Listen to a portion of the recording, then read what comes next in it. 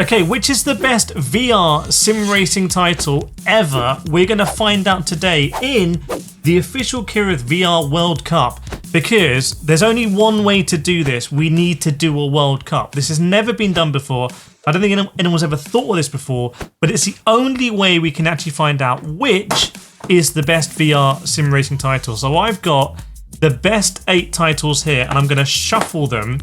So we're going to have a completely random World Cup. I don't want any accusations of bias here, or that, you know, it's all predetermined. It is not. We are going to find out here how to go. Okay, so pack is shuffled, and we're also going to take to the middle of the pack. Okay, so first matchup is going to be completely randomly iRacing, still probably the biggest sim racing title in the world. Probably the most lucrative with all the subscribers, including myself. We got iRacing, okay, in the bid to become the best VR sim racing title of all time. You've got to let me know in the comments how you would rank all these matchups, by the way. Let's take the opponent for iRacing is going to be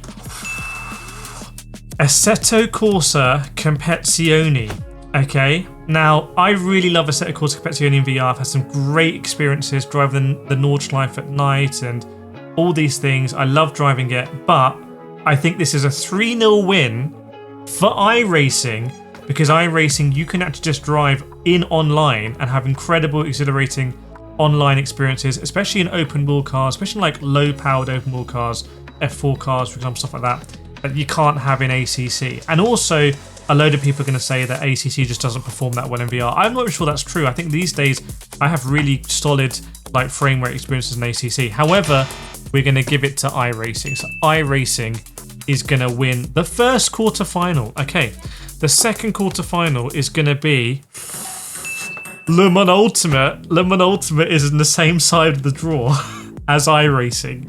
That is crazy. And against Le Mans Ultimate is going to be the original Assetto Corsa. Not as simple as it might seem. One of the newest titles, Le Mans Ultimate, versus one of the oldest in Assetto Corsa. And this is not easy, because when Le Mans Ultimate VR launched, by the way, I played all of these titles in VR extensively on the channel, so make sure to subscribe if you want to see all of these games in depth.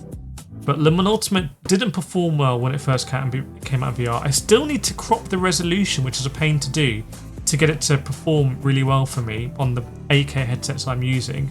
Assetto Corsa is just really pleasant in VR, just like really worked very smoothly. But given that you can drive in Le Mans at night in a hypercar, in the pouring rain, in virtual reality, in Le Mans Ultimate, I'm going to give this one to LMU. I just feel like this is an example where AC is just a little bit too old. But then again, when I'm driving in real life, when I go to a circuit, I'll often drive that circuit in AC, in VR to practice. So, but we're going to give it LMU. We're going to give it LMU. Okay, next quarterfinal, Assetto Corsa Evo. Will it avenge Assetto Corsa's loss versus AMS2? I don't know why I put it in a different side of the draw there. Versus, I don't even know how to do this. Versus AMS2. This is easy. This is like the 8-1 when Germany beat Brazil 8-1 in Brazil. This is an 8-1 victory for AMS2. Like, Assetto Corsa Evo performs so badly in virtual reality. The promise is all there, but the performance is nowhere. Just all of the problems Evo has surface in the virtual reality mode. The reason why this is an 8-1 drubbing, by the way, in particular, is because Evo has this really annoying thing that if you play the game in 2D and then you put your headset on, your setting it can't handle the settings. It just kind of like locks your computer. In my experience, you have to reset everything, put everything to minimum settings, and work from there. It's really backwards. So AMS2 is going to win that, even though AMS2 is quite a bit older.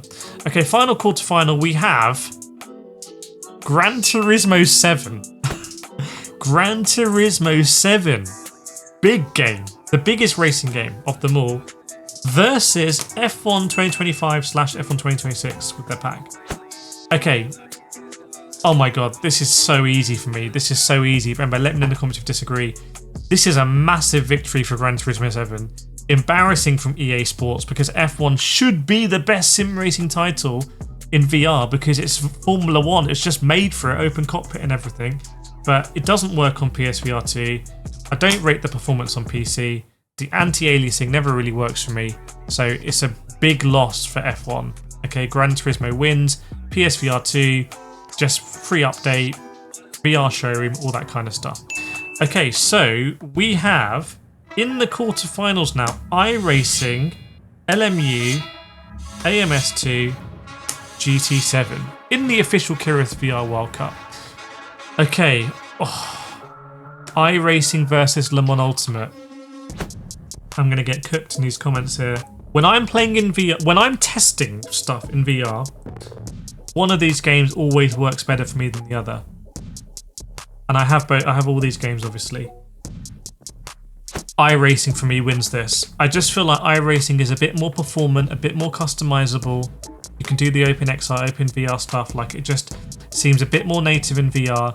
I like the way how the HUD works as well. It just seems to run a little bit better for me. I've had great 120 Hz races in iRacing. I don't think I've ever hit 120 Hz in LMU. But that's a lot to do with settings. There's so much you can do in settings, but controversially, I'm going to give it to iRacing, which I think is going to be very controversial. Le Mans Ultimate, big stuff for Le Mans Ultimate to do if it wants to win the next official Kireth VR World Cup. But this one goes to the old guard, goes to iRacing. And on this side, AMS2 versus GT7 is a great matchup. AMS2 is really underrated in VR. It just kind of works. The performance is good. You turn down some of the settings and the performance is like incredible. But GT7, I have to give it to GT7 because of the sheer amount of licensed cars you can drive from the get-go.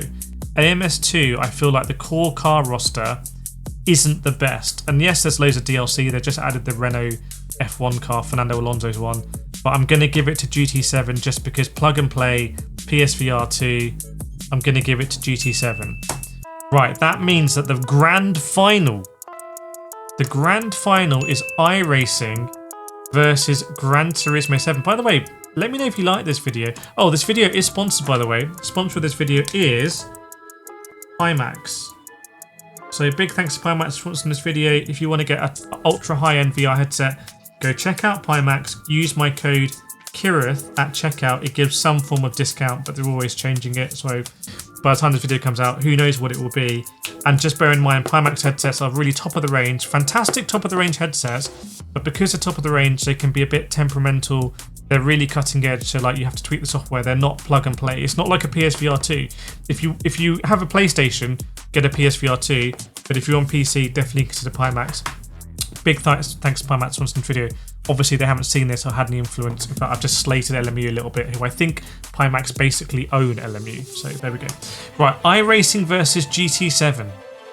iRacing versus GT7. Complete opposites here. Complete opposite styles. Because iRacing is unbelievable the amount of actually you can race at the very highest level in VR. And I have done, and I have not felt disadvantaged. In fact, arguably I felt advantaged when I've raced, for example, Formula cars at Monza in VR, and they've been incredible experiences. Just thinking back now, they're like some of the best experiences in sim racing is me driving online in iRacing, in the big, you know, all the iRacing stuff. I think, like I said earlier, can you imagine doing like the Daytona 24 hours in virtual reality? It doesn't get more real than that, ironically, for virtual reality. Whereas GT7 is really plug and play. You don't even know there's a VR thing in there if you didn't have VR. But you can't... You know what? This final is going to come down not to a moment of brilliance by the winner, but to an extra time own goal for the loser. And the own goal is the inability to be able to turn the HUD off with one button. It's the inability to see what's going on in longer races in terms of strategy, where your opponents are, where they've pitted, by not having enough information and customizability of the HUD.